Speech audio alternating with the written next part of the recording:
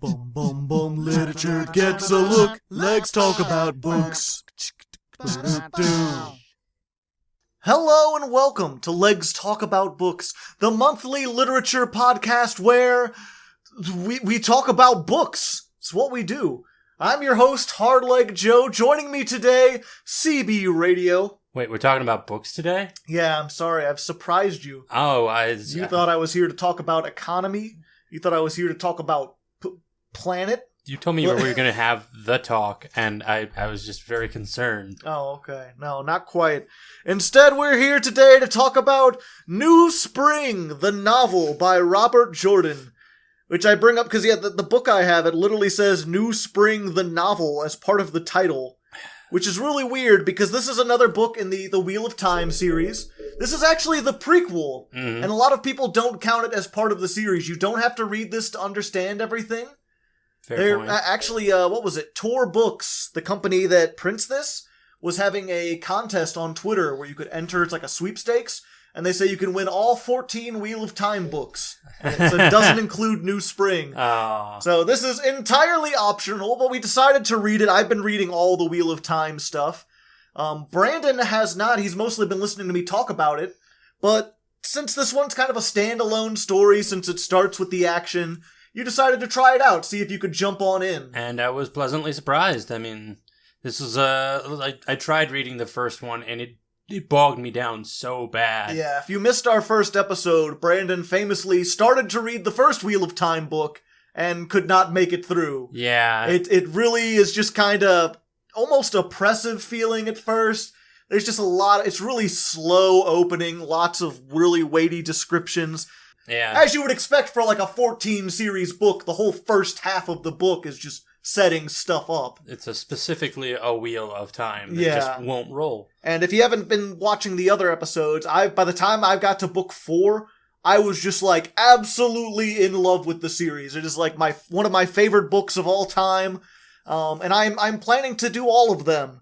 But yeah, what I was going to say is usually on the show we give our spoiler-free thoughts first, sort of a review. So if you haven't read the book, if you're on the fence about reading it, maybe we could push you one way or another. And then from there, we're just going to get into discussion, and we're going to assume that you either have already read the book or you're not going to read it. We're just going to go full spoiler territory.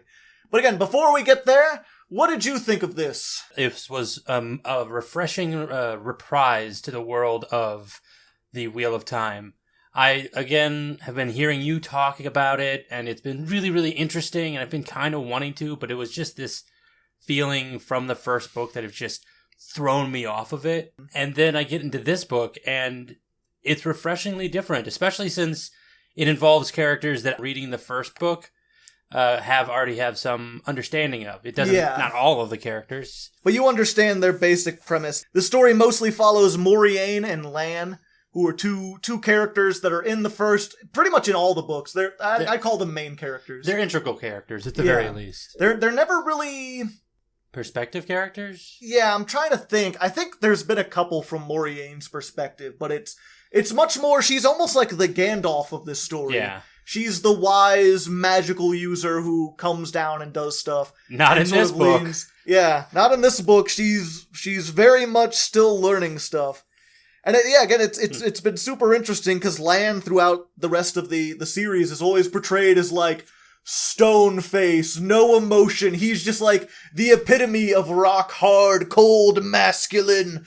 Like, no matter what happens, there's like a million Trollarchs come flooding in. They're like, I lost track of Lan. And he'll just come strolling out of the closet with his sword, like wiping the blood off of it. Not a scratch on him, like, are you okay? Do you require medical assistance? Like, I mean, that really doesn't change in this book. He's just kind of... It's very interesting. We'll get to this more when we talk about prequel stuff. But the Lan you meet in this is somehow very much what you would expect from a young Lan. And yet there's so much different about him that you're super curious to keep reading and figure out sort of how he changes from what he is here to what he will become. It's that same... It's an actual character of a person that has changed slightly from youth to age. Yeah.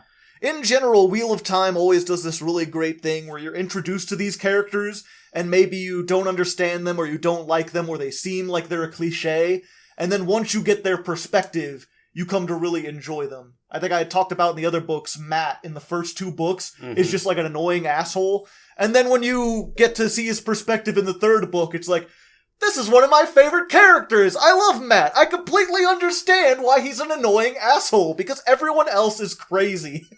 Ah, man. All I can think about is just how I want to write stories and how hard it is to write characters for me. Yeah, and Robert Jordan just does such an excellent job of this. If he were alive, I would ask him his process on it, because that's just... I wonder if there's any... I'll have to start looking up in reviews and stuff. But yeah, so overall, I would say I really enjoyed this. If you're already a fan of Wheel of Time and you haven't read this for some reason, I think it's definitely a good addition. Again, I hear that you don't have to. But we did. But we did. As a standalone novel, though, I'm not exactly sure if this holds up. I sort of feel like you kind of have to know a little bit about the Aes Sedai and who the Aiel are, because they don't really go into them. You can kind of get an idea of who the Aes Sedai are, but they don't go into it as in-depth. I feel like if you know absolutely nothing about the Wheel of Time, you might have been lost. But I think, like, you know, if you've been listening to these podcasts and have me talking about it, where you didn't plan to read it and now maybe you're interested, I think just based off what I've told you about it, you should have enough knowledge to go in and understand this. Brandon certainly did. Yeah, it's a good enough side story, I'd say. Yeah, as it is still a prequel, but it's a lot less like a prequel where they have to explain everything to you again. Yeah. This is very much something that you would have to have already been explained, most of it. They kind of assume you're at least familiar with the world beforehand. We'll assume that you know what an Aes Sedai is. Like, wait, what? What is an Aes Sedai? Well, too bad. We're 10 chapters ahead of you. What is the one power? I think they vaguely mention, like, the Age of Legends, but they never go into any in-depth about that. And there's a couple other little things that I've become, like, so accustomed to, like, naming the different states. They talk about, like, Terrians and Illiners and stuff like that, where it's like, what's a Terrian? Like, it's someone from Ter. It's in the south. Look at the map. You could see the map. Admittedly, also, something that I didn't understand about Jordan's writing style until I actually heard it in this is his description of all the different, like, nationalities, like you said just a few seconds ago, but like how he makes them feel very unique and different. Yeah. There's a lot of people who don't really enjoy how much descriptor he gives into like what people are wearing or like the style and their beard or their hair or whatever. But it does really sort of, it's these little details that help to build up sort of how the world is built and make it feel really fleshed out. It's very either way, I think if you know that kind of stuff, just a little bit of base information about it, you can definitely enjoy this. I don't think you should read this first, though. No, definitely not. Like, I was possibly going to say that originally, but then you reminded me how little they describe or feed you the information about this world. They just inherently give it to you. Yeah. Especially, again, the Aiel, like, they don't explain anything about who the Aiel are, or where they come from, or what they were doing, or how big of a threat. They just sort of mentioned because this starts with them retreating. Mm-hmm. And it's sort of like, yeah, you have to get to the 3rd or 4th book before you understand, like, the Aiel War and the importance that had, and what it did. Stuff like why Moiraine is worried about being on the Sun Throne, which is a big, like, plot point or whatever. That kind of ties into knowing what happened in Karaheen beforehand with the Aiel coming through and just destroying the entire town. Admittedly, though, this does do something that I haven't heard you describe about the Aes Sedai, is that they make decisions based on mystery instead of just pure logic. Yeah, or not.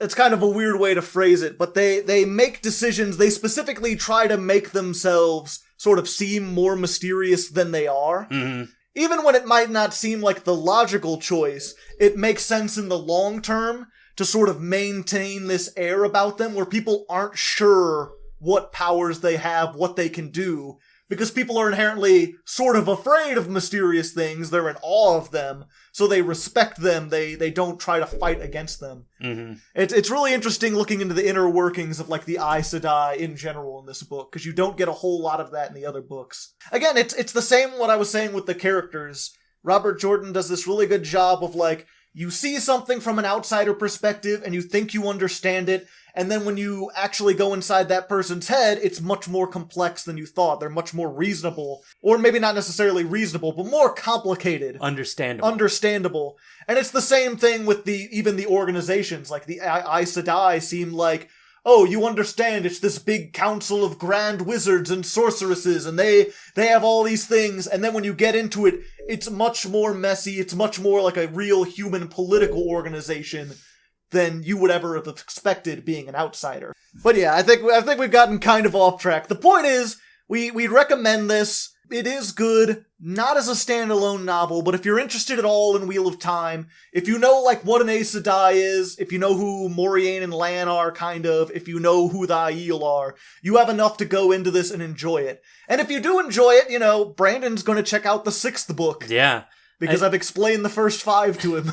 And I feel like trying to go through like the 30 hours that it would take me to read each book would be very, very difficult for me. Especially knowing what's happening. I would say for me on the recommendation side on this, if you've read the other book, all the other books or any of the amount of books, and you want this, a separate chunk of the world that they're in to be like filled in. Fleshed out. This is 100% a great book for that because it gives a perspective that you didn't really get much of, and it really feels interesting. Yeah, it's entertaining all the way through, or whatever.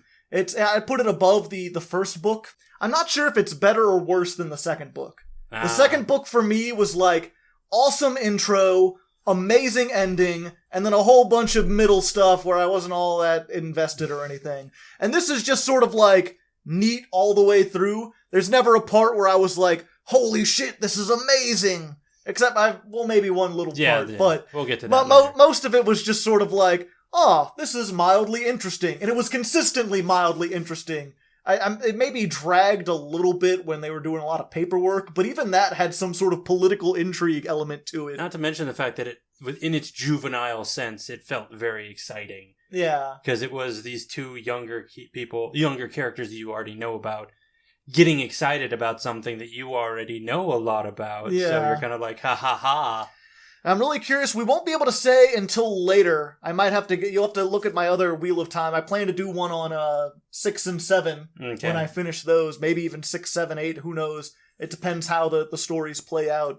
But I was suggested there's another YouTuber named Daniel Green. He does fantasy stuff in general, book reviews, but he also does like stuff explaining Wheel of Time. He's talking a lot about the upcoming Amazon Prime series that they're making for it. I forgot that's happening. Yep, it's still in the works. It was going to come out, but COVID stuff. But yeah, he talks a lot about Wheel of Time, and his Twitter handle is Daniel New Spring After 5 Green.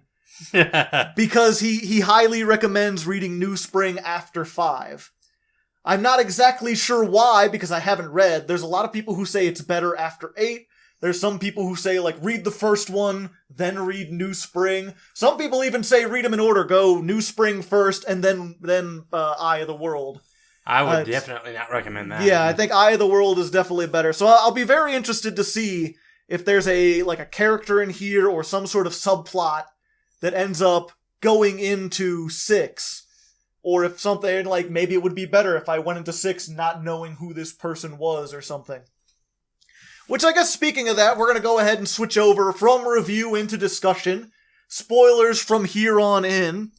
But one of the first things that you wanted to talk about, just not even talk about, just speculate a little bit, is what character or what subplot do you think in this story is going to appear in the following books? Because that could go back on your New Spring After 5 thing. Yeah. Apparently this is there's something in this book that is definitely a foreshadow of what is to happen. Though a lot of things are foreshadowed in this, like definitely the swan getting stilled. She actually at one point in time says to lose this would be awful, and that gives that little bit of friction that you feel from that character when it happens to her. But one of the characters has been highly talked about being in this book that we haven't seen yet in any of the other books. Yeah.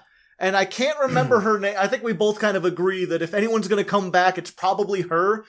Because she feels sort of like they toss her in 3/4 of the way through the book. For like 2 pages. For like, it's like a chapter. Yeah. There's like a chapter about her, and then she leaves. And it's like, who is this character? Why are we getting into her? She feels more important than she was. Yeah, and she's one of the Green Aja, which is the battle Aja. They're the ones who, like, know all the fighting spells, which because of the Oath Rod, they can't use their spells to harm other people. Yeah. Only dark friends and evil monsters. But they apparently have, every Aja has their own, like, secret spells. Mm-hmm. They're secret weaves, they call them. The different like controlling channelings. Bugs. Yeah, the blue can control bugs, you learn in this one. For some damn reason. Just something they've learned how to do. So it's like, the green is the battle Aja. They have all the warders, and you just get this idea that all of them are like, oh yeah, I know how to make it rain fire. I know how to throw a lightning ball at someone. Why wouldn't I be able to? Why are you asking me if I've killed someone before? You know this answer. You know I have. And so you you meet this woman, and she's like the most abrasive. She's almost 1,000 years old. Which, granted, apparently that's how long the Aes Sedai can live. They always said they lived longer, but you never had an idea until this book. Oh, yeah. Where she's like, you know, I think they say she's like 930 or something like that, or in her 900s of years old. And she's like, I could have another 30 years, I could have another 300 years, but in the grand scheme of things, my life is winding down. And when they meet her, Moiraine's just like, oh, she's the most powerful Aes Sedai on the planet. Like, she comes to the White Tower and everyone just sort of stays out of her way. She's like, I'm gonna go do this, and no one can tell her otherwise, because it'd just be like, yeah, I'd like to see you try and stop me. Yeah. And she just goes to Moiraine and she's like, you know, when I die, there's maybe 4 other people more powerful than me, than you, once you reach your full potential. And that's sad, because you were a child and I could crush you with my bare hands. And she's definitely the big plot at the end is that they find out about the Black Aja and, well, find out that they're more of a threat than just like a boogeyman. Yeah. I mean, you already knew the Black Aja existed, which if you're unfamiliar with the story, the Black Aja is the rumored secret Aja that worships the Dark One, the evil Aja. And it's heavily implied that she is one. And that's pretty much kind of if she's going to appear back, it's definitely going to be in the form of a villain. Yeah, I don't know. I think she almost feels like too obviously like mean to be a Black Aja. Mm-hmm. Like a Black Aja would be much more tricksy. They would be sly. They would put on this air like the Black Aja that's actually in the story. Yeah. Or the Black Aja that have been in the other stories. There's been one, there's like one red, I forget her name, but she's like, everyone thinks she's a bitch, and as soon as you see her, you're like, yeah, she seems like she would be Black Aja. But the rest are like, oddly normal seeming. Mm-hmm. I can't remember her name. Is it talking about in this book, or? In the other books. Okay. In the other, there's 10 in the previous one. I think they're down to 8 now. Because the one messed with Balefire and bad things happened. Yeah. And the other one got killed by, what's her name? One of the Forsaken. But there's one of them where, like, she's Brown Aja, or she was. They always talk about, like, oh, she's always finding stray cats and petting the cats or whatever. She's always got cats around her. And then the other ones reveal that, like, oh yeah, she does horrific experiments on them. She, like, takes them apart to see how their anatomy works. And, like, all these, like, very bad things. But you see her, and she doesn't look evil. She's this nice, like, cat lady who's, again, the Brown Aja, they're the ones who, like, I like to inspect things and learn stuff. Never trust the crazy cat lady. Never trust the craziest of the cat ladies. But no, she does feel like a bit too obvious of the choice. It feels like she was also a really good red herring to put up against the Black Aja that appears. Yeah. Because I didn't expect her to be a blue, and you're like, oh, holy crap. Yeah, oh, this is bad. They've infiltrated everything. I didn't actually suspect her until she said, but Black Ajas can lie. And I'm like, oh no. Somehow. Yeah, that's I'm really curious to find out how they do that. Because they do talk about this. This is the first chance. You always hear about the Oath Rod. Mm-hmm. It's an old Ter Angriel, I think. Yeah, Ter Angriel. Those are the ones that like have a specific use. There's a Ter Angriel, and if you hold it and you make an oath on it, you cannot break that oath. It is physically impossible. And you actually get to see them make the oath when they become an Aes Sedai. Like, I will not lie. I will not harm another man. I will not make a weapon or item that can be used by men to harm other men. Like, those are the three laws and for them. And they describe how it feels, too, which was really interesting. Yeah, this sort of, like, tight binding, almost, where they're like, it's, the first week, they're like, it's uncomfortable. Mm-hmm. This feeling of, like, always being restrained. And then it's like, after a couple months, you just don't feel it anymore, and it just happens to you. Yeah. I remember, it's interesting where she says something, and then she's like, it must be true, because the oath rod didn't stop me from saying it. The thing that I liked was when Swan was trying to, like, make a metaphor, she couldn't. She just couldn't. That sucks to me. Like, I like making metaphors. Like, I make, like... But no, it was very interesting that it was very niche like that, where you're like, you can't even lie on that. Yeah. And she's just, like, feeling very uncomfortable about that. But the character, I have another idea of characters that might join in. Like, there's the house den mother of the White Tower. Do they talk about her in any other books? Oh, the one who's... like the mother of discipline, who gets supplanted. I think Mariam or Sheriam? I forget. There's so many Aes Sedai, it's kind of hard to keep track of all of them. I know there's, they mentioned the Red Aja, I think her name's like Adalia or something. But you said she's in other books. Yeah, she's in other books. She's confirmed not Black Aja, but she is the one who leads the revolt in the White Tower that kills basically ejects all the blues from the tower. Yeah. That's kind of messed up that she's not even evil and she's doing this. That's very interesting. She's not Black Aja. We've like got it confirmed. She's just, she thinks that the only way to stop the dragon, or the only way to win the final battle, is to put a collar around the Dragon Reborn and have a woman completely control him. To have him be, like, mentally dominated so he can't make his own decisions. That's messed up. That's basically what all the Reds kind of... Yeah, and also, another thing that we learned that was kind of different is that there are so many Reds, and that the Blues are just so outnumbered. It's so weird when they talk about the Ajas. You get this idea that, like, oh, Blues stand for truth and justice, and Reds stand for... hating men. Yeah. And you get this idea that the Reds are maybe like a niche thing or like on par with the Blues. And no, the Reds are apparently the most popular Aja and Blues are... they're like the second smallest. Yeah, the Blues are the second smallest, beating out only, I think it's the Greys or the Whites, the ones that are like pure logic and nothing else. I think that's White. Yeah.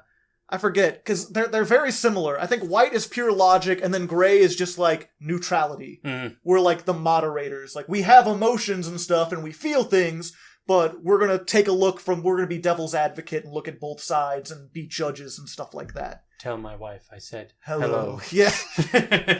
Stuff like that. I remember it was the Whites are, like, pure logic, and they're kind of...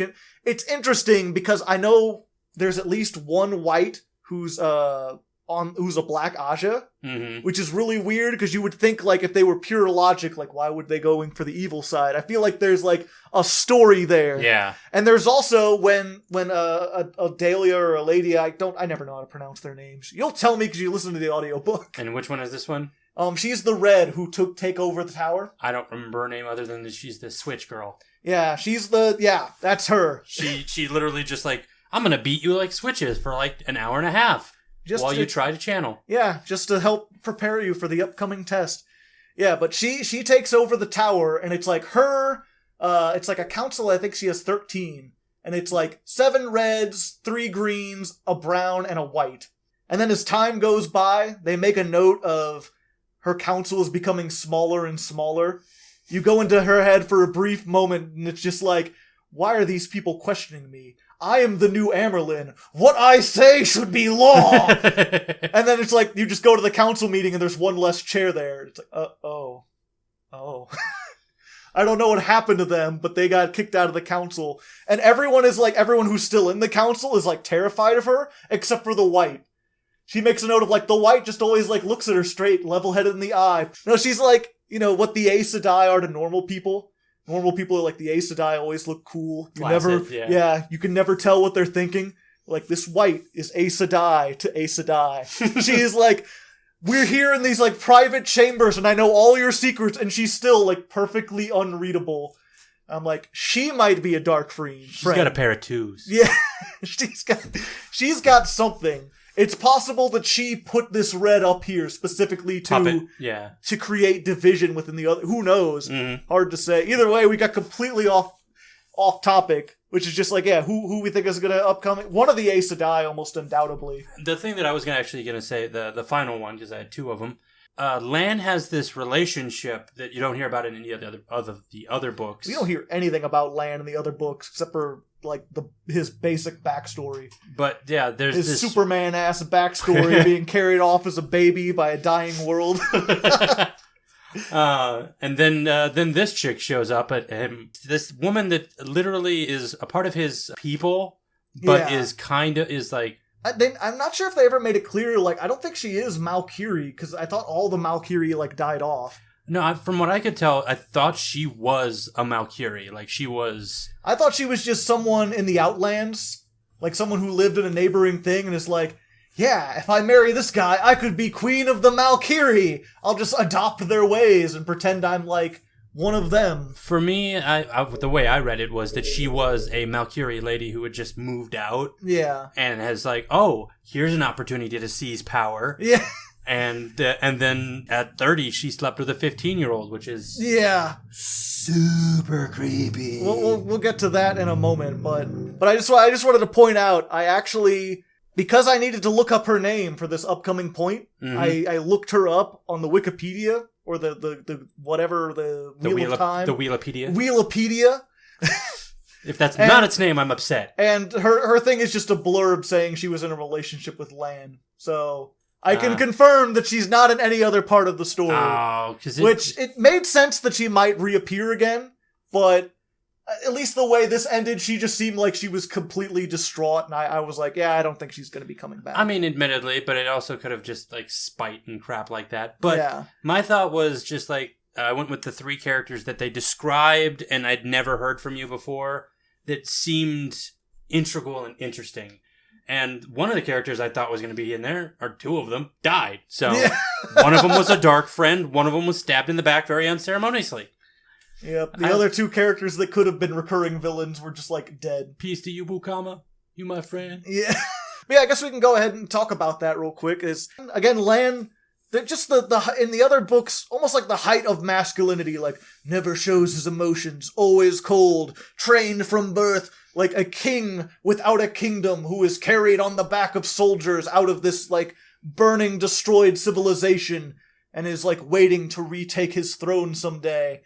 And then, like, you learn his backstory, and you find out, like, yeah, like, at 15, he was seduced by this woman who was, like, twice his age, who basically just used the Malkiri. The Malkiri have this, I forget the name. Tradition. Yeah, because in general, in the borderlands, up in the north, where there's, like, Trollarchs attack, like, every day, they don't really have the same kind of traditional, like, marriage values you see in the southern states and stuff like that. Where it's like, oh yeah, you go to a social and you have a nice dance. Like, no, they're much more open about sex. Because it's like, you kind of have to have babies. Otherwise, we're going to run out of people. Let's have 15 kids. Yeah. 15, you have as many kids as you can, as fast as you can. We need to keep the population up. But they have a name for your first. Mm-hmm. I forget, it means first in the old tongue. I don't remember it either. Cinciera or something. Cinciera is an actual thing. Yeah, and they always say, like, you know, your first has a piece of your soul with them, always. And there's sort of this thing about being deferent to them and always treating them with respect no matter what. And so she kind of swoops in and makes sure to take that status. And then even as an adult, Lan is sort of like, I can't stand up to her. She's my first. By honor, I have to be like this. And I just want to say, it's really refreshing to see this, like, stereotypical manly soldier guy basically have a subplot where, like, he was taken advantage of as a teenager. He was, like, abused, for lack of a better word. And he sort of feels this almost, like, shame about it. It doesn't, like, weigh him down always. But you very rarely, especially in a genre like fantasy, see these things where, like, men are taken advantage of by women. It's almost exclusively the opposite. Not to mention the fact that if it's a 15-year-old kid and it's a 30-year-old woman, it's always played up as being like, yeah, he got look at him, he's such a badass. And it's one of those things like, no, it was an adult taking advantage of a teenager, and it's not cool, bro. Mm-hmm. I'm not sure if that was like Robert Jordan's intention. Because it might have just been a case of 15 seems gross to us, but back in ye olde times, maybe that was more acceptable. But either way, she's still double his age. Yeah. Even if it was acceptable for to get married at 15, it probably wasn't acceptable to be married to a 30-year-old. It still had that initial strike of, as soon as I heard that, I actually kind of reversed and was like, twice his age? Oh, that's... I'm 30 now. That's just like, Yeah. But I gotta kind of give it to him for Robert Jordan sort of just exploring every aspect of things. It's really refreshing. It's really nice to see something like that. And I'm really looking forward to see how he explores more characters in the future, because it really sells this idea that this isn't just your stereotypical fantasy. This is going to do all sorts of different things.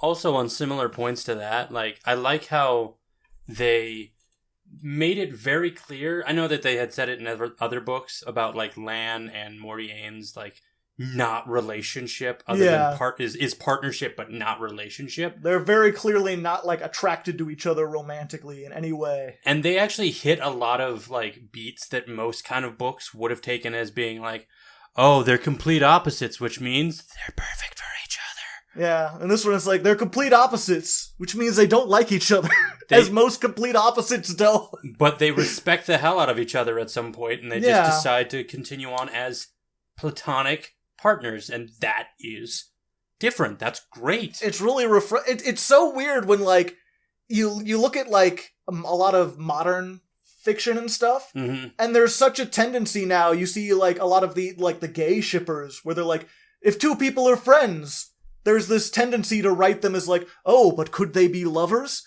And I think the reason you see that is because for generations, in every film or book or media, if a man and a woman are teamed up together and they have the slightest amount of chemistry, it turns out they're going to be in a relationship. And so it's super refreshing to just be oh yeah, you're not my type at all. We're going to travel together for years. And it's clear even from the start that yeah, they just have no interest in each other. This isn't something that they're both going to get drunk one night and be and then they woke up in the same bed. Yeah.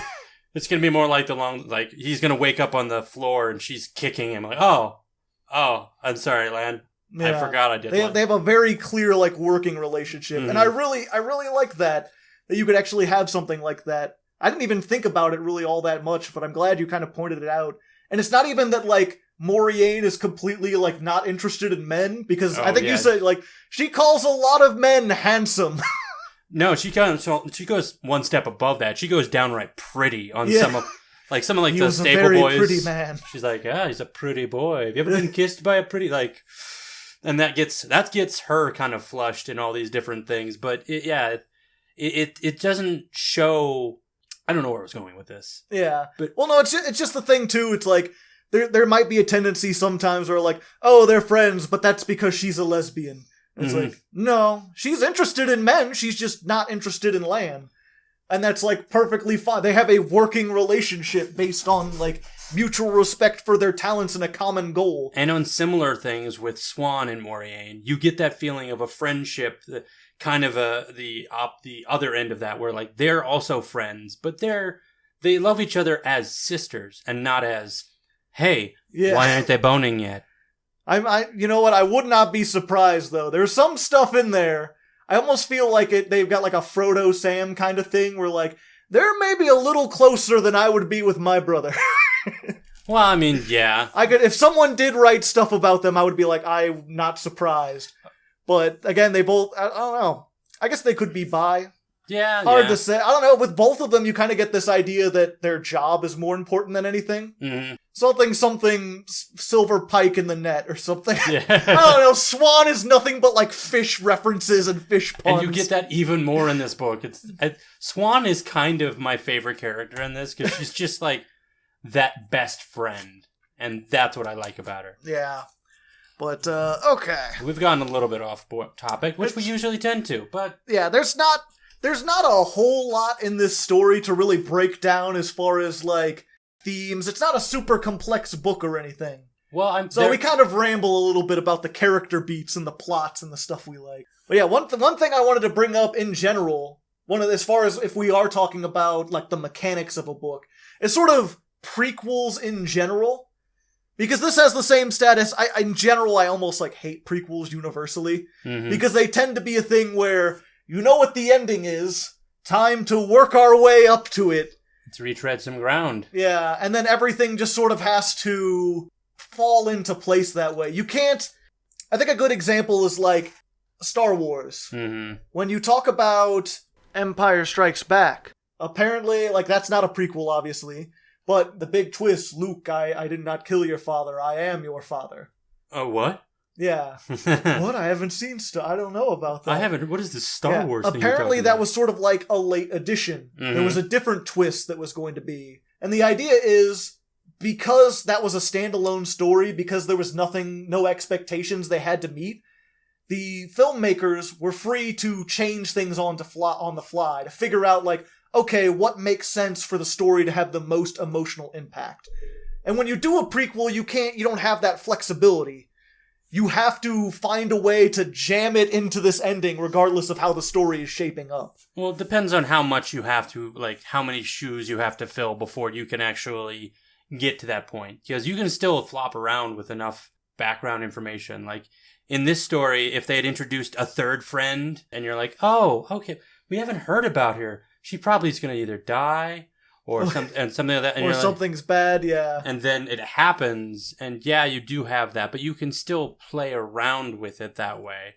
Yeah, or like a lot of stuff, like if Moiraine had mentioned in a previous book, like, oh, I had a friend, but they met a foul thing running across dark friends, and that friend's in this book, like, you kind of know what's going to happen. Mm-hmm. And this does suffer from that a little bit, but it's literally just like the epilogue.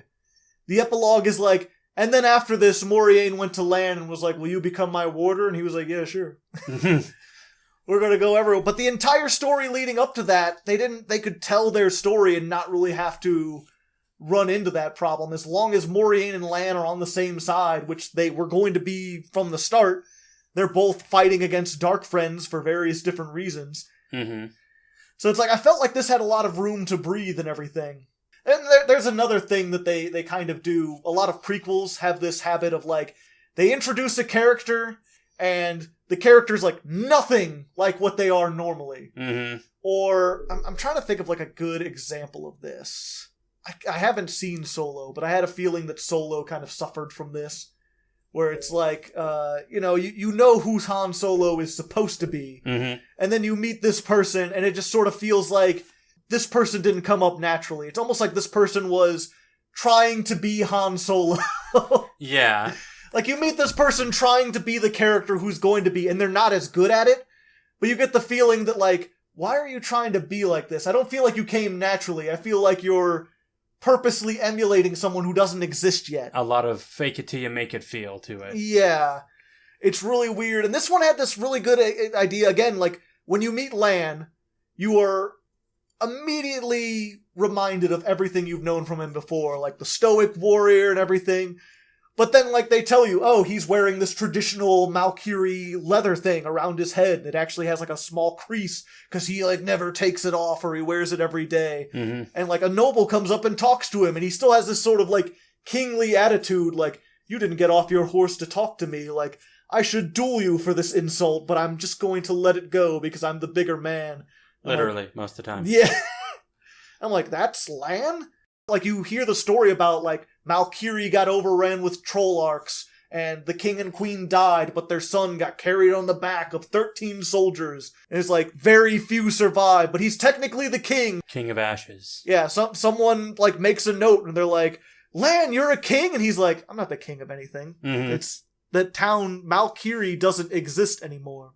He makes it very clear that, like, Malkiri means nothing to him when you meet him in the regular books. So to see him, like, holding on to all this stuff and thinking of himself in a very, like, kingly way, it really makes you like, how did this character get from this point to that point? And then on that same note, it's kind of the same thing for me with Moiraine, where I've read the first book, and she's just very mysterious, and she's just this very like stoic character, and you do get this feeling like there's something behind her, but you don't get it. In this book, you're like, oh, she's just a kid. Yeah. She's just like, she literally spends She's 2 a chapters 20-year-old. torturing Lan because she wants to break this man to have him respect her.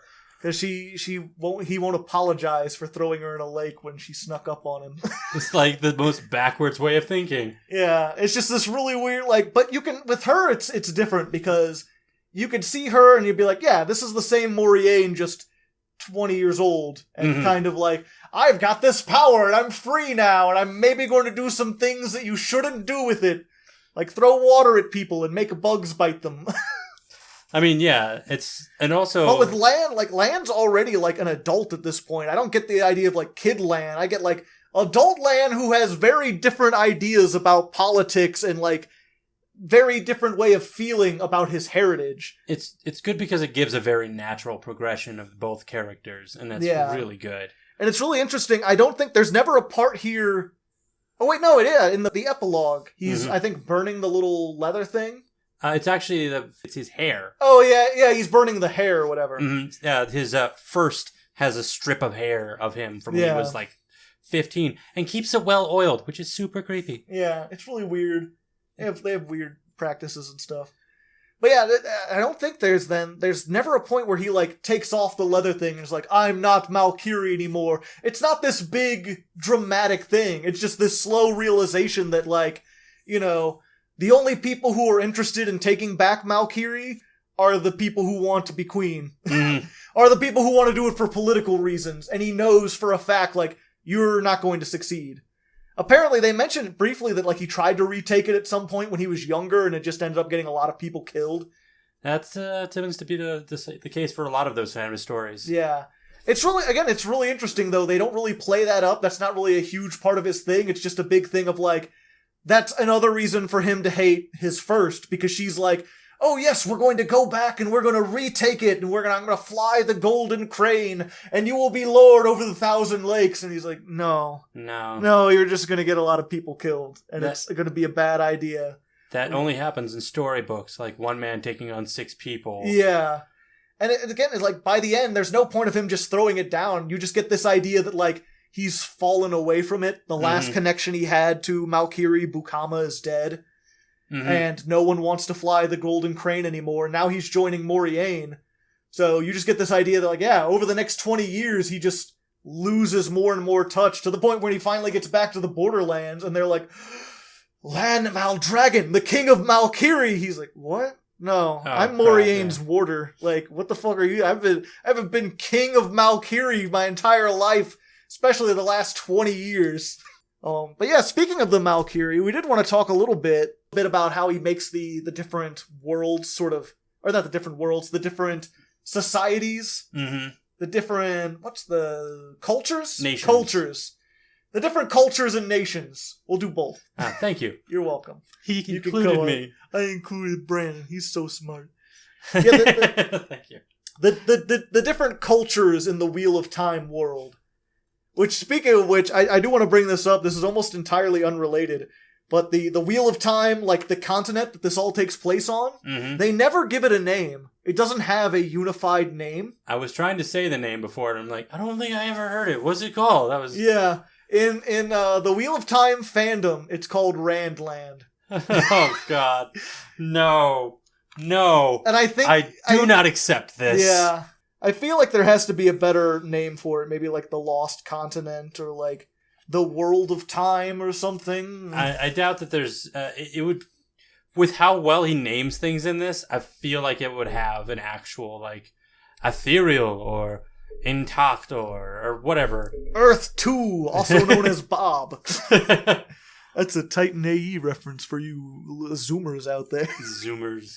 But yeah, no, speaking about the different like cultures and nations, I specifically really liked how they dealt with the Malkiri and how they were definitely giving this interesting balance for the genders, at least, about how like sure, the men had this very strong presence outside of the bedroom, but inside the bedroom, the women have like absolute power. Yeah, it sort of feels like, or just in general, it feels almost like you can tell that this culture sort of came into being in response to the world around them. Mm-hmm. The thing that kind of struck me was just like sort of how promiscuous almost Yeah. Lan was. The fact that they have a term for your first implies that like, oh, you may sleep around with a lot of different people over your lifetime.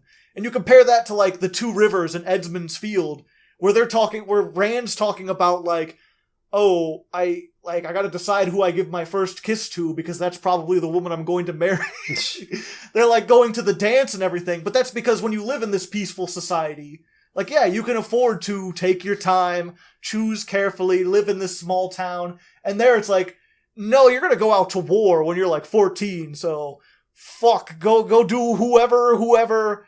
Trollarchs can burn down stuff at any time. It feels like the difference between Shapoopy and Sweet Cherry Pie. But they also, like, if the men are going out to war, the women obviously need to protect the home and everything. Mm-hmm. So you can't have the men just, like, completely going ruckshot over the women, having them be completely subservient, because then when the men leave, the women could leave.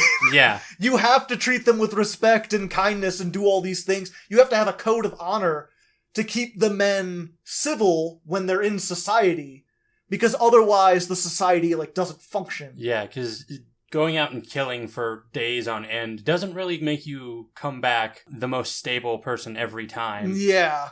Again, it's just really good. It kind of builds up the whole society. It makes it feel fleshed out in a way that like fantasy stories aren't often fleshed out.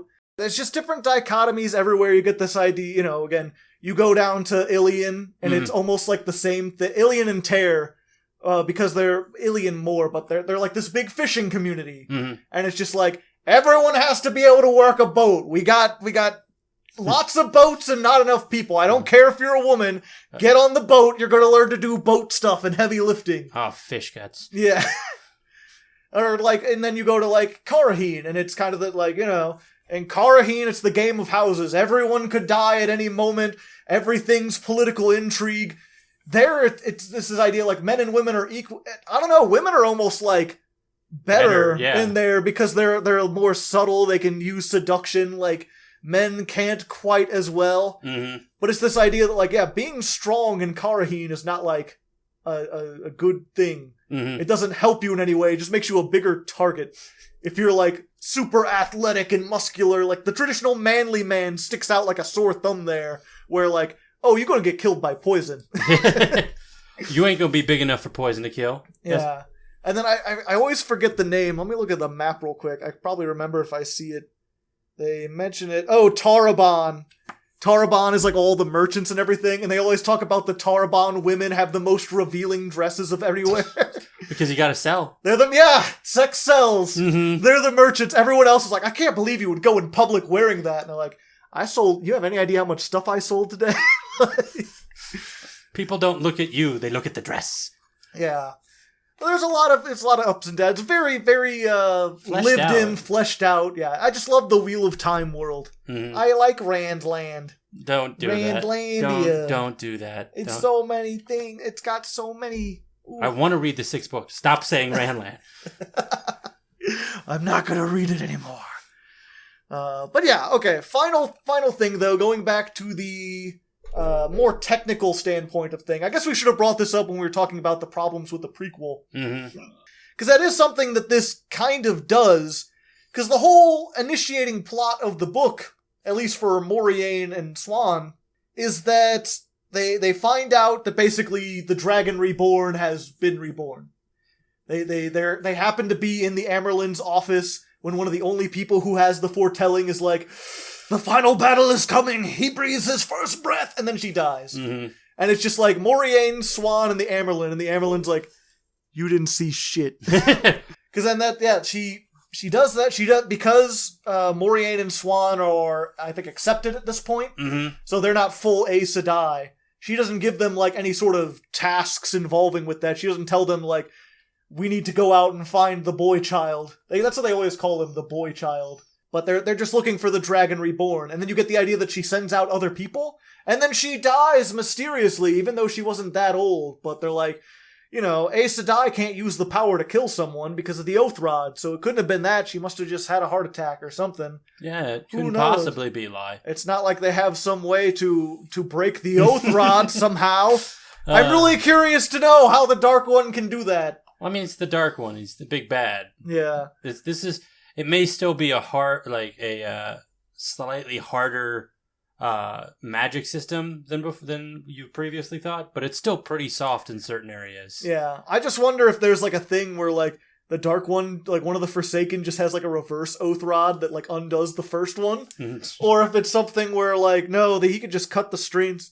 Because apparently they meet. There's one of the Forsaken, well, half the Forsaken are male Aes Sedai, and from like the Age of Legends. And they're not supposed to be able to channel because the taint on the male half of the power slowly drives them mad. And Rand meets one of them, and he manages to like cut him off from the source. Or no, he cuts the Dark One has like a tie where he's like has some channel, like some power channeled into them constantly. And Rand cuts him off from that source. He's like, "What? No, that means the taint's gonna affect me now." Like, the taint wasn't affecting you? I thought you were mad. Like, no! The Dark One can prevent stuff like that! Why do you think I was with him? Because I didn't want to go crazy! But I'm gonna do crazy things anyways. Now I'm going to go crazy! No, this was the guy he finds is the Joker, jester, sly, trickster kind of guy who's like, yeah, I don't he's like the Matt if he was an Aes Sedai. He's just like, look, I'm teamed up with the Dark One. I don't believe in that Dark One crap, but I don't want to die. Yeah. Like, you gotta survive. You gotta survive. I'm gonna do what I'm gonna do to survive. So yeah, I'm curious if it's something as simple as the Dark One is just like, no more oaths! Or if they have like some other Tear Angriel or some ritual or whatever. Burps on him. Burp. The Dark One burps in your face and you have the ability to lie now. The oath shatters upon my burp. Or maybe there's just like, they teach them some way, like they can lie, but maybe like they can only do it once a day or something. I don't know. Maybe once per turn. Once maybe per turn, duel. as a free action, you can lie. So it is written, so it shall be. Fuck, I completely forgot what I was... Yeah, okay, so they're searching for the boy child. And you know because you've read the future ones that it's Rand. So in some ways, it's almost like annoying to see them going around searching and trying to find people and be like, maybe he's in the Borderlands. And you're like, I know for a fact it's not. Yeah. But Lan's there, so you're curious to see how this turns out and what they find out in the Black Aja and stuff. But it is really weird that they spend like the first quarter of the book like talking about this plot, and then at the end of the book, it's just like, we didn't find him. Guess I'm gonna spend the rest of my life working. Yeah, for me, that part was, I fully expected that, because it would have been a lot more time skipping, because again, it happens 20 years later. Yeah. But for me, it's also the idea that it's, I wasn't looking forward to them finding the child. I was looking forward to certain characters finding their areas, like Swan, who I know becomes the Amerlin seat. Yeah. And they pretty much heavily imply it so much in this book that she's like, she was made to command. She's very powerful. She's powerful and she's made to do things. She could do all sorts of shit. And then you've at the end of the book, you're like, oh, well, it's not her story. Yeah. She just got raised from accepted. She's not going to become the Amerlin. Although when the one Amerlin died, I was like, maybe how long does it take to become Amerlin? And then they make another woman the Amerlin like almost immediately. It's like, oh, okay. I wonder what happens to her. That's what my first thought was. Like, yeah, I didn't figure she would become Amerlin's seed. I figured it might have been like, it's a 10-year process to find the new Amerlin seed, and then 10 years later, she is it. But, yeah. I was just thinking, like, I thought maybe they would find some evidence.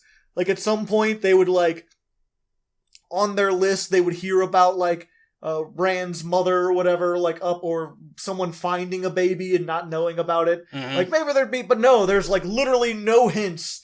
They get all these leads and stuff, and never once do they... It explains why it takes 20 years to find them. Yeah. But I just sort of always assumed that it was one of those things that, because of the way that Moiraine talks when she meets them in Eye of the World, where they're like, I'm looking for someone who was born on this year. and they find like three boys. It's Rand, Matt, and Perrin. Mm-hmm. Like, I assumed that she would find more information and just eventually like narrow down or find something that would lead her to like, oh, I need to go there at this time when I'm sure they'll start channeling. So you kind of wanted the book to be like, and then they turned to Edmund's Field and continued walking. No, not necessarily. I thought it would be something like she would learn like, oh, it's probably in Edmund's Field, but maybe someone would tell her like, don't come to him as a child, don't do this, like, we need to wait, we need to hide because the Black Aja are everywhere, let's try to root them out, go to them when they're like 18 years from now, 20 years from now, when we think they're going to start channeling, and then you'll be able to find them a lot easier. Yeah. Like, that's what I thought it would be, and then she would return to the White Tower. And I'm kind of shocked that she basically just, like, ran away when the Amyrlin told her not to, and then stayed away for 20 years, and just, like, well, again, with the way the White Tower works, I guess there's no, like, they're not going to send the, like, White Tower police back to bring her. Yeah, it did feel very much like you get at the beginning of the book of the Eye of the World and all the other ones. You feel like she's been doing this. She's very planned for it. And then you get to this book and you're like, oh, she's been flying by the sea her pants for 20 years. For 20 years. And what was it? She has the Angry-El. Yeah. And I'm like, where did she get that? I assumed it was from the White Tower. But from this, it seems like she cut off all connections from it. Yeah. I mean, that's even up into the 5th book. It seems like, I mean, she meets with Swan and stuff, and they have their little... It's very interesting. You see the Amyrlin, like, in the 2nd book, and Moiraine doesn't, like, talk to her. You just see her, and she's very noble, and everyone's like, it's the fucking Amyrlin. Calm down. Like, everyone's like, put on your proper face. The fucking Amyrlin is here. Oh my god. Make sure the good silverware is out, dude. Like, this is the king of one of the borderland towns talking like this. He's like, oh, I'm the king. I fight orcs, like, all the time. But this is the fucking Amyrlin. Like, don't do it. Yeah. Like, best faces. But you got dirt on your face. Get out the room. You meet her there, and then in, like, the 3rd book, she and Moiraine are, like, talking. And they're very formal or whatever, and then the Amyrlin's like, please leave us, me and Moiraine would like to have a moment alone. And then Swan's like, oh my god, Moiraine, I haven't seen you in forever, it's so great! Like, they're kind of giggly and, like, fun, like, oh, I haven't seen you in 20 years. Yeah, I guess it was 20, I don't know, I assume she went back to the tower at some point, because she had to get that Angry-El from somewhere, unless she just found it out in the wild. Well, it could have been something more along the lines that she sent a letter to Swan and was just like, hey, can I have a little power boost? I need a power boost. It's like, I wonder where she was when she, like, was she out and then found out, like, months later, like, yeah, your best friend is the new Amyrlin. She's like, oh, I could go back to the tower. Or, like, how would she even know? I don't know if she knows, like, the blue eyes and ears that are out there to talk to. I assume that in the future books we'll get more filled in, because again, now Swan is a perspective character. Even if she doesn't have her power anymore. She is still sort of like leading the Blues in exile, at least trying to. I mean, she's born to be a leader, regardless of power or not. She's like, I will get my revenge. Yeah, she's kind of... Her and Leanne, the keeper of the Chronicle, who also got stilled. Oh, God. Which they mention her, like, meeting her. They're like, oh, she met this young blue named Leanne, and they got along pretty well. Ah. But that was, like, her whole role. Like, she had a little cameo, like, that's gonna be your new best friend now that Moraine's gone. I didn't know that was, I didn't know her. I didn't pay attention on that. She doesn't do a whole lot. She just sort of, her big thing is that she's one of she's from Domani, where all the women dress really scandalously. Oh. And apparently they, like, as they're now, like, now that they're not Aes Sedai, now that they've been stilled or whatever, they're like, what was it? They make a big point of, like, everyone who gets stilled pretty much commits suicide within, like, 2 years. Like, the darkness overtakes them. You gotta kind of find something to keep your will alive. And for Swan, it's revenge. She's just like, I will make them pay. How dare they? And for her, she just sort of she falls back on her own Domani ways. She talks about, like, oh yeah, in Domani, like, when I was growing up, they would teach you these things, like, how to look at a guy to really, like, charm them, and how to, like, blink your eyes, and, like, ways to seem, like, seductive even if you're taller than a guy or something like that. And so she's just practicing it. Like every time they come to a new town, she's trying to charm the bartender into like giving them free drinks and stuff like that. Does that with the Aes Sedai face. Like, crap! Damn it! Such muscle memory. Ah! Yeah, and that's like... And then Swan's like, what are you doing? You're making a fool out of yourself. You're old enough to be his grandmother. But she looks 22 because when you still someone, like, something about, like, the power when it leaves you, when you've had that Aes Sedai agelessness for however many hundreds of years, it sort of just, like, takes you back to the point where you made the oath on the oath rod, essentially. Nice. And so she's just like, look, you have your revenge. I get to manipulate men. Let me have this. I want to be sexy. I like that idea of just like, feel it a little old, Aes Sedai? Get stilled. Feel 2,200 or 50,000 years younger. All you gotta do is be cut off from the light of God for the rest of your life. Congrats. Yeah, it's them two and, what's his name? Logain. They're traveling with him, who's the guy who claimed to be the Dragon Reborn before Rand, who got captured and stilled. And he gets to deal with that, too. Yeah, well, he's been dealing with that for 2 years now, so by the end of their story, he's just like a husk. They just, like, poke him and he sort of goes where they tell him to go. Ooh, boy. But apparently, and then there's Min, who's not an Aes Sedai, but she has the telling. She has some sort of weird, non-the-power-related power. I'm kind of sad now that I know that Swan has a death counter going right now. Like, after this revenge gets taken care of, she's gonna be broken. I don't know. If she can find a way to, like, reinvigorate her life through managing the Aes Sedai, maybe she'll become, like, the only Amberlin who doesn't have the power or something. That'd be pretty cool. Who knows? But yeah, switching back to the technical... We always start talking about a technical thing, and then we just go on, like, a story character. So cool. They're so neat. They got all these things. Oh, no. But again, there's not a whole lot you could talk about the technical skill. But one thing, we've talked about this in other times, too. But they have, like, one of the best examples of this is how well Robert Jordan writes fight scenes. Oh, yeah. And again, specifically, if you saw our Mistborn episode... We talked about that, and one of the things one of the problems I had with Mistborn was how Brandon Sanderson writes fight scenes. Because he very clearly, like, spells everything out, and they feel, like, really long, they're not paced very well. When there's a scene where one guy fights, like, 10 guys, and it just goes on for pages and pages and pages, and it's very much like, he was standing here, there was another man in front of him, one was slightly to the left, he picked up this, he brought it forward with an overhand strike, I dodged to the left, and then cast a rock, and like...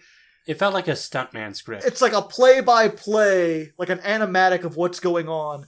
And Robert Jordan does the exact opposite of that, and somehow it's like a million times more compelling. There's a scene here where Lan is like going to get his horse, and he gets jumped by like 6 guys. And they just make this bit, they're like, there's a fight scene, it lasts like a page, maybe 2. And it has some of the most memorable lines in the entire book. Because it's all in his head, and you don't get this feeling of like play-by-play, like with Sanderson, where it's just very much him going through the motions, but in a very like frantic way. It's really, he has this thing he does this with Rand a lot too, where he talks about the sword forms, and they never explain, with the exception of one, what the sword forms actually are. They just all have these poetic names, and it's like, you get this idea of sort of like glancing off swords or making this like quick movement, and without having to explain exactly what those movements are. Or just saying, he's like, sometimes he'll just like a stream of like 3s, like, then we did the rabbit dancing down the cliff, waterfall on sunrise, into the eagle landing, his leg was severed. Yeah, I think it's best because he does it purely from his perspective and doesn't show like 360 degrees of the fight. You get it from his perspective. It has that narrow kind of heart-pumping moments. Yeah. That might have been one of the things that may have helped, because it's narrowing the focus makes it seem that every strike and every attack that happens has this dire feeling to it, because you don't know where else it's happening. It's not even like you have, again, the most important... I wonder if I have this saved here. I think I might have. Yeah, okay, I did open, okay. I just want to read this part off, because it's so cool. Soft rain at sunset laid open a fat man's face. took his left eye, and then a ginger-haired young splinter drew a gash across Lan's ribs with black pebbles on snow. Only in stories did one man face 6 without injury. The rose unfolds, sliced down a bald man's left arm, and ginger hair nicked the corner of Lan's eye. Only in stories did one man face 6 and survive. He had known that from the start. Duty was a mountain, death a feather, and his duty was to Bukama, who carried him as an infant on his back. For this moment he lived, though so he fought, kicking the ginger-haired man in the head, dancing his way towards death, danced and took wounds, bled and danced the razor's edge of life, time like cool honey. I think the best line in that is that duty is a mountain, death is a feather. Yes. Oh, that's such a good freaking line. It's such a good line, and it's in the middle of, like, this fight scene. Mm-hmm. But it just conveys the tone of the fight scene. You don't have to know exactly, like, the guy nicked his eye, like, how? What was he doing? Like, he sliced his ribs. Who's the ginger? It doesn't matter. It's you have this elegance feel to it. Yeah. And then it's weird because the pacing just sort of, like, goes thing after thing after thing. Mm-hmm. And then he's like, time like cool honey. Just this idea of, like, even though you're doing it, everything's like, bum, bum, bum, bum, bum, bum. But my absolute favorite part about that is how he goes from saying, like, you fight 6 people, only in stories do you fight 6 people and not get injured. And then next beat, only in stories do you fight 6 people and not die. Yeah. And it's just like, you've officially become a storybook character. Congrats, Lan. Well, I just like that because it's like, he gets injured and then he makes that point. Mm-hmm. Like, yeah, it's unrealistic to expect to fight 6 men and not get injured. And then just immediately like, oh, and also, I'm probably going to die. Yeah. But just the thing, like, I have duty, I must live. Again, that's an amazing sequence. Yeah, it's only half a page, isn't it? I think it's like a page, and like, yeah, it's like a page and a half. It's such a quick scene, it's so small, and it's not even like eventful to the entire story. It's just a moment of showing like how badass Lan is. Mm-hmm. But again, that fight scene that I really disliked in Mistborn, kind of the same thing. I forget the character's name in that. The main guy character who's like, you know, he was supposed to be like, I'm the badass Mistborn with all the powers, behold. And then they just have this thing where for no reason he goes and like robs the rich. I mean, I guess it kind of informs his character a little bit to know that he's going out and doing stuff. But the fight scene just goes on for pages and pages, and it's just there to show, like, oh, look how clever I am. I can do this, and I can do that, and all the fight scenes. And none of that will compare to Lan just, like, having this storybook moment fighting 6 men who you only get 2 descriptions. One of them's bald, one's ginger hair. He lays open a bunch of people, and fat. There's a fat man. And there's a fat guy. But yeah, he lays them up with, lays these guys out with such grace and interesting stuff. But then there's also another fight at the end that has equally less detail and still is kind of awesome. And you get this, you can actually see the cinematic feeling of it. Yeah, the fighting on the bridge with Lan facing off against his friend who turned out to be a dark friend. And they're having a sword fight. Meanwhile, Moiraine's trying to have an Aes Sedai fight with the woman from the Black Aja, whose name I don't remember. And she's so powerful that she's literally fighting Moiraine with one hand, and with the other hand, slowly lifting off the king and his family, and just dropping them over the edge of this precipice. Yeah. Like, the longer you wait, Moiraine, the more are going to die. And the back to the Lan part, though, like, you also don't get a description of what happens in that fight until afterwards from Lan. Yeah. And it still has this feeling of epicness of him being like, yes, my friend was the better duelist, but he thought that I was done when I was injured. Yeah, there's the thing about that fight, it didn't sound as cool to me, but that's because they basically stole the climax from the 3rd book, with Egwene fighting against the Forsaken, where the Forsaken was slightly more powerful than her, so she like picked up a vase and threw it at her. Yeah. Where it's like, oh yeah, this one girl completely cuts Moiraine off from the source, and then just assumes she's helpless. So Moiraine takes out her belt knife and she's like, I was raised in Kareen. Like, I know how to dodge the assassin's knife, and just runs up and stabs her in the back. I'm gonna cut a bitch. Yeah. Now that I'm thinking, it's the exact same thing that happened to Lan. He comes up and he, like, his one arm is, like, cut open up the side, and he's just, like, laying there limp. And he's like, yeah, he got me in the arm and assumed that I was gone, and then I surprised him. And that's all you need sometimes. Yeah, one swift move. Mm-hmm. And I guess he wouldn't have been probably would have been the end of him if Moiraine hadn't been there to immediately just heal him up. Yeah. With the powers that she had. So yeah, lots of good characterization. Overall, very fun. And somehow we managed to speak for almost an hour and 40 minutes on this. I'm surprised. I'll probably cut a lot of that out. Yeah. Because again, it's just rambling about. I just really like the characters. It's a really fun story. It took me from not caring to read this series to reading it and the next one. So yeah. I probably should have put this in my review because this is something I normally say at the beginning. But very fun story. I don't think you're going to learn anything about life or reevaluate your pre-established views on anything. Mm-hmm. It's not like the Civil War book we read or Slaughterhouse 5 where it's very thoughtful and introspective. This has just been fun. Yep. Next week, however, something that does fit into that category. Or not next week. Next month. Yeah, next month. Although you won't be here for that. I'm sorry. You're still a good friend. But we're actually doing House of Leaves again. Mm-hmm. We did this July, where it's actually been 1 year exactly. He won't leave it alone. He won't leave it alone. I get it. But yeah, if you missed it, House of Leaves was, I think, our third episode. It was an early episode. It was a really early episode, and we were kind of experimenting with the format. There's no audiobook version of it, so you and Drew was there too, and he didn't read it either. Mm-hmm. It was just, I had read it, and I was explaining it to people, and I wasn't as well read as I am now. I'm not as confident on the literature stuff as I am now, and it was mostly just me explaining stuff because you guys didn't have anything to go off of. So I figured it was worth revisiting, because it's one of my favorite books. It's super, fun to read, and super, thought-provoking. It has the best of both worlds. It's got this very interesting horror story and also a lot to say about a lot of different things. But I'm actually going to be having MBT on here, if you missed him from the Lovecraft episode where we sort of dissected all his different things. He's going to be on here. He's actually read the book. I'll be rereading it. So we'll hopefully get a lot better episode, a lot more talking about it. And who knows, maybe if that goes really well, we could just have a yearly thing, every July, get someone new to read House of Leaves. I'll get Jimbles on here. Maybe I'll finally convince Brandon to read through it. So just remember, next time on Hardleg Literature, House of Leaves 2, The Releafening. The Releafening. We're gonna make a tree and leaf. I don't know what that means. Don't ask me. But yeah, if you want to join the book club, check that out. Pick up your copy of House of Leaves. You have a month to read it. I got through it in, I think, 2 weeks, because once you get halfway through, it's just I can't stop. It's so good. I highly recommend it more than anything.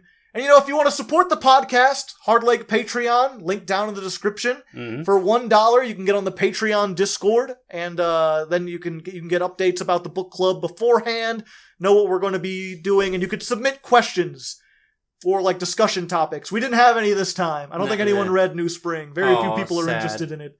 Sadly. I am getting more comments, even on the Yu-Gi-Oh! Channel, from people I picked up Wheel of Time on your recommendation. I'm at the 4th book. It's amazing. I cannot stop. No one so far given up after the first book. Very happy with that. Mm-hmm. Lots of people continuing. I think someone said they started from the 3rd book, and they've been enjoying it. They were able to keep up with it. So good plan. At least one person, we've got someone who could start on the 3rd and understand. Granted, they heard me on the first 2. So yeah. That will help. But yeah, either way, you can check that out. And also, I want to say, if you know anyone who's interested in this show, tell them about it. Try to get word around. We're still trying to get... We've been at this for more than a year, still not 1,000 subscribers. Once we get to 1,000, I'm going to open up a poll so I can have people suggest books and do stuff. So if you want us to do other people's books, try to spread word around. If you're not subscribed, subscribe yourself. Like the video, it helps it show up in more people's recommendations. Anything you can do to help, I'd really appreciate it, buddies. Mm-hmm. You guys are good out there. Any last words, Mr. Brandon? No, not really. Only in stories do people end podcasts in a way that is satisfying.